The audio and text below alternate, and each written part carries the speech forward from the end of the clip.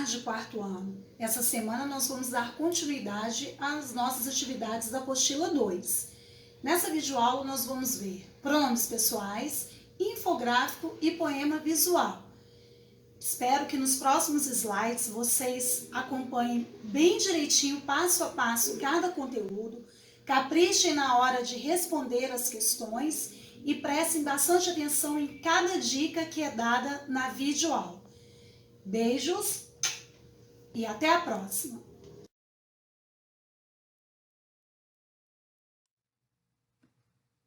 A partir de agora, vamos começar a vermos os pronomes pessoais. Reparem que no slide tem uma ilustração com cada um desses pronomes. Observem com bastante atenção para que depois, mais à frente, vocês possam utilizá-los da maneira correta.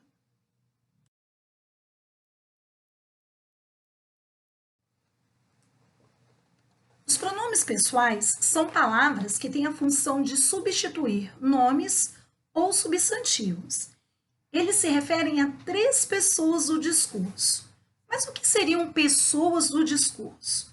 Nós teríamos a primeira pessoa, que é aquela que fala com alguém.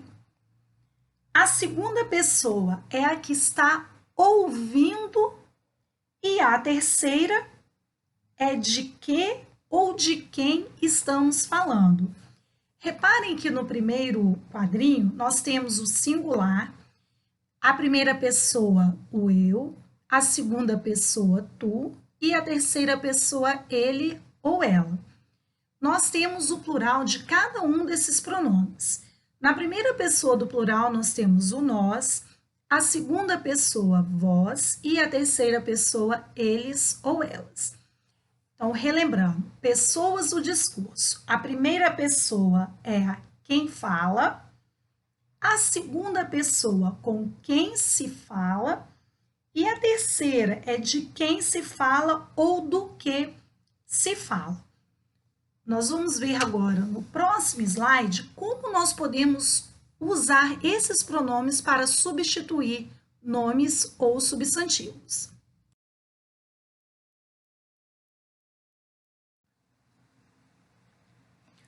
Os pronomes, eles vão substituir nomes ou substantivos dentro de frases. Isso ajuda a evitar a repetição de palavras. Vejam os exemplos. Ana ganhou um lindo cachorrinho. Ana é um nome de uma garota, de uma moça, é um substantivo próprio, escrito com letra maiúscula, nome de uma pessoa. Ela ganhou um lindo cachorrinho. Observem que ela substituiu o nome Ana. Pedro e Bianca são amigos de sala. Agora nós temos Pedro, que é nome de um menino, e Bianca, que é nome de uma menina. Vamos fazer a substituição por eles são amigos de sala. Reparem que nesse caso nós temos um substantivo masculino e um substantivo feminino. Todas as vezes que nós tivermos masculino e feminino, na nossa língua portuguesa prevalece o uso do masculino. Nesse caso, eu jamais poderia colocar elas.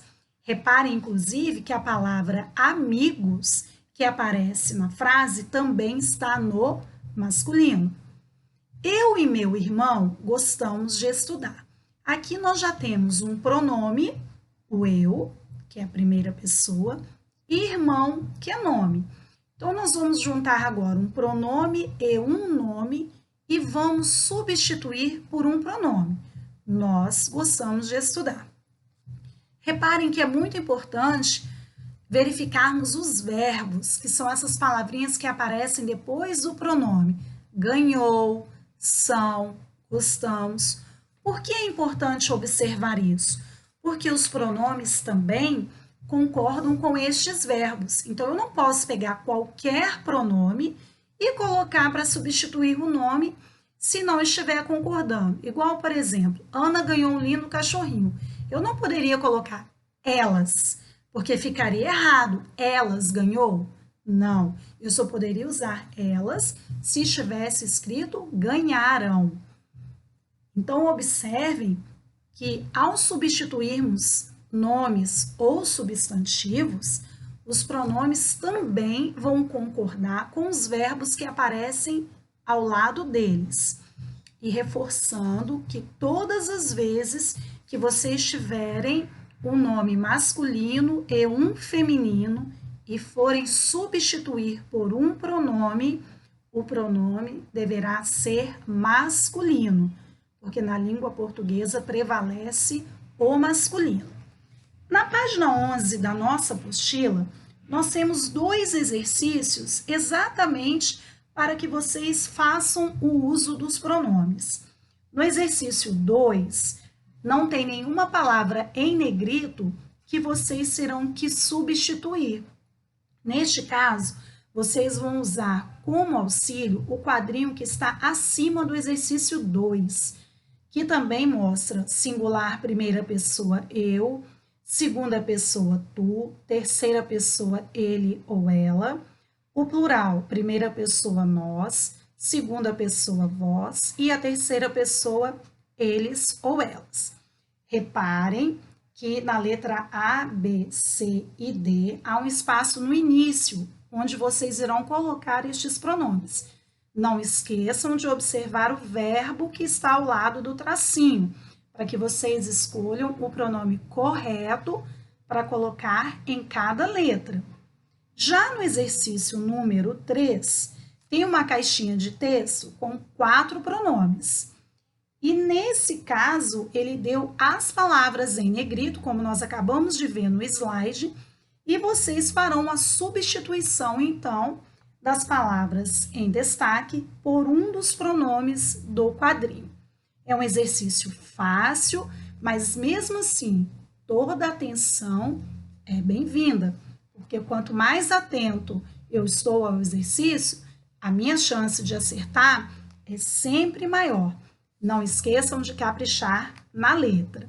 Então, façam, por favor, o exercício número 2 e o exercício número 3. Lá na página 13, nós temos novamente os pronomes pessoais. Temos um quadrinho no exercício número 1 com os pronomes ela, destacado, que é a terceira pessoa do singular. E aí vocês vão ler esse texto bem bacana que fala sobre a água, que é um elemento importantíssimo, né? Porque sem água não há vida. Já vimos isso em ciências também. E aí vocês vão ver para mim se o que está sendo falado sobre o texto é falso ou verdadeiro. Lembrem-se de ler mais de uma vez para verificar se o que está sendo dito está correto ou não. E no exercício número 2, mais uma vez aparece o ela em negrito. Por que será que é o pronome ela que aparece sempre em negrito? Lembrando que o texto fala sobre água. E vocês vão dizer para mim a que palavra, a que nome o ela em destaque se refere. Caprichem e respondam também a página 14. Na página 14 tem um quadrinho amarelo que diz assim: os pronomes pessoais são muito usados para evitar repetição, retomando palavras e ideias e deixando o texto mais organizado. Foi o que nós falamos, para você não ficar repetindo sempre as mesmas palavras. Quem tem um marca-texto de cor bem bacana aí, passa nesse quadrinho para sempre lembrar para que os pronomes são usados. Caprichem na tarefa.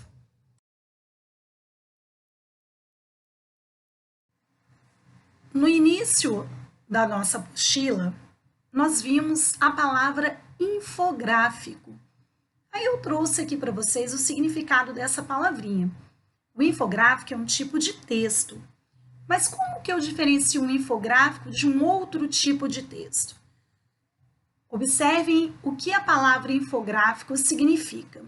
Info vem de informação e gráfico é uma imagem, uma ilustração. Então, o infográfico ele tem 2 partes importantes. A parte escrita e a parte de imagem ou de ilustração. Uma coisa que é muito importante vocês ficarem atentos, que o infográfico, tudo aquilo que eu escrevo e a imagem que eu vou utilizar para ilustrar o meu infográfico, elas precisam se completar, precisam ter sentido.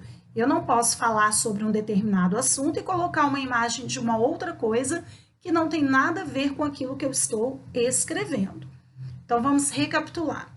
O infográfico é um gênero textual que trabalha com informação e uma imagem ou ilustração. E a imagem e a ilustração que eu vou utilizar para deixar a minha informação mais clara precisa estar associada. As duas precisam ter sentido. Uma vai completar a outra. No próximo slide, nós vamos ver um exemplo de infográfico.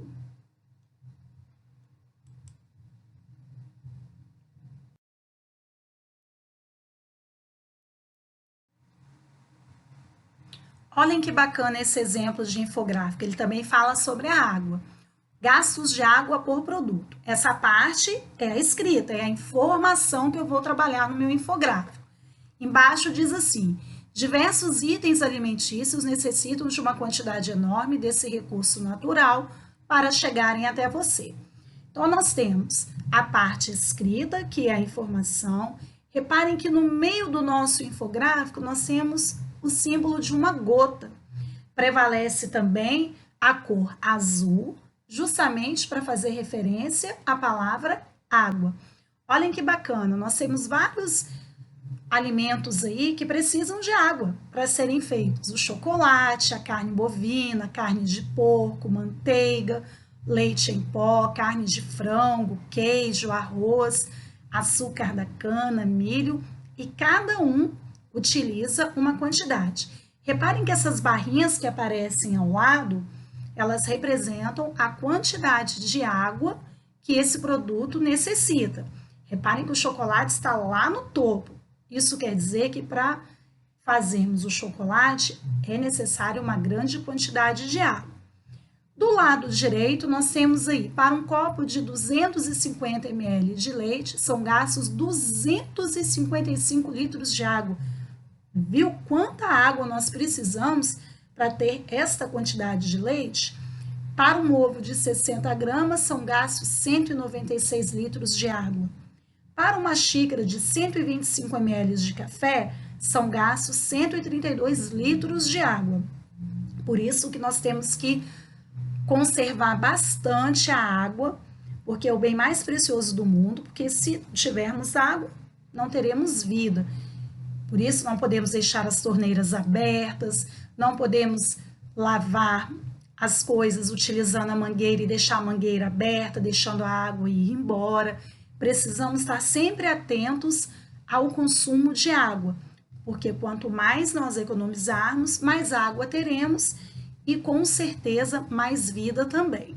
Então, olhem só, o infográfico trabalha com informação e imagem.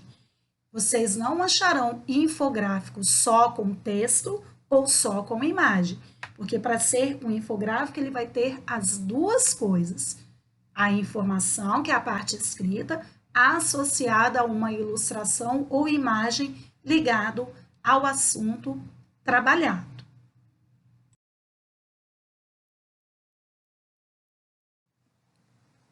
Agora nós vamos ver um outro gênero textual bem bacana chamado poema visual.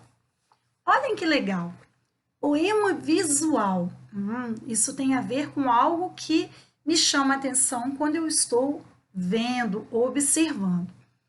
Reparem que embaixo eu coloquei dois exemplos de poema visual para vocês. Uma, a palavra lixo. Se vocês observarem, da palavra lixo também se formou em cada letra a palavra luxo.